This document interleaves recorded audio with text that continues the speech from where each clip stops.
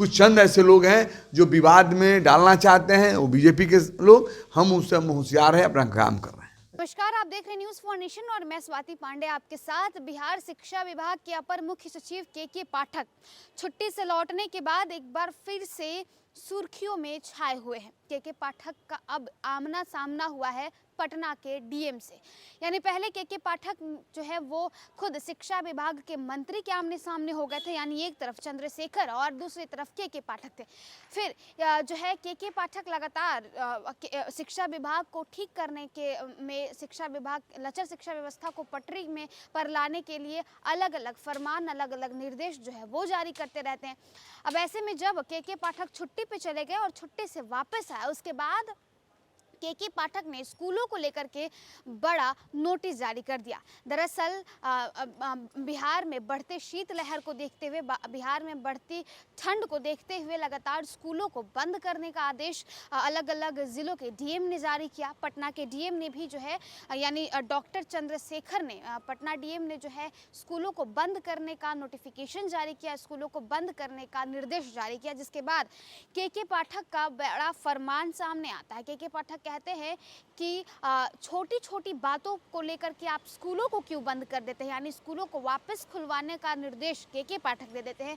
जिसके बाद अब बीते दिनों पटना के डीएम डॉक्टर चंद्रशेखर का एक और नोटिफिकेशन निकलकर सामने आता है, यानी एक और उनका जो है पत्र निकलकर सामने आता है, जिसमें स्कूलों को एक बार फिर से बंद करने का निर्देश डीएम दे देते हैं। और ये भी कहते हैं कि अगर शिक्षा विभाग स्कूलों को खुलवाने की बात करेगी या मेरे और स्कूल के लिए गए फैसले के बीच आएगी तो सभी को जेल जाना पड़ेगा। अब इसके बाद बिहार की राजनीति गर्माती हुई दिख रही है, जहां देखिए एक तरफ डीएम और के पाठक यानी दो आईएएस अफसर बिहार में आमने सामने आ चुके हैं।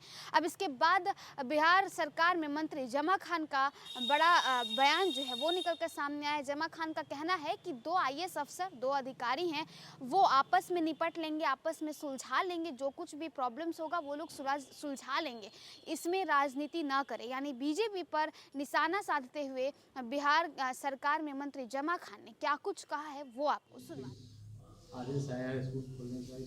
अब इस पर मुझे नहीं मालूम है, जो आप कह रहे हैं मैं आपसे सुन रहा हूँ, इसी जानकारी मुझे नहीं है। मैं इतना कहूँगा कि हम लोग इस समय, हम लोग देश और प्रदेश को हमको बचाना है।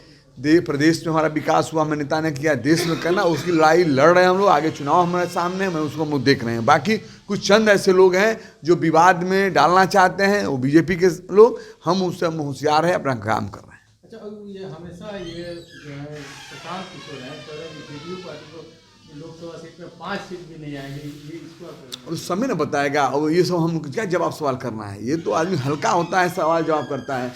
ये कोई मतलब सवाल जवाब तो जनता क्यों दे, वो तो बताएंगे। हम क्या बताएंगे, मेरी बयान आप सुन लीजिए। आपने हमारे नेता का काम देखा है, मेरी पार्टी का काम देखा, मेरे कार्यकर्ताओं का काम देखा, महागठबंधन का आपने काम देखा है। आने वाले दिनों में उस काम के नतीजे आपके सामने आएंगे, जनता आपके साथ रहेगी, जनता परिवर्तन की लहर बहाएगी। वो लोग कहता है, क्या कहता है, उस समय टिप्पणी नहीं करते। हमारे नेता ने कभी आपने सुना है किसी टिप्पणी करते हैं? चूंकि कुछ ऐसे लोग हैं जो इसी बोलते ही रहते हैं, उससे मतलब नहीं है। जनता को जजमेंट देना है, जनता जजमेंट देगी, जो सामने आपको चुनाव में देखेंगे।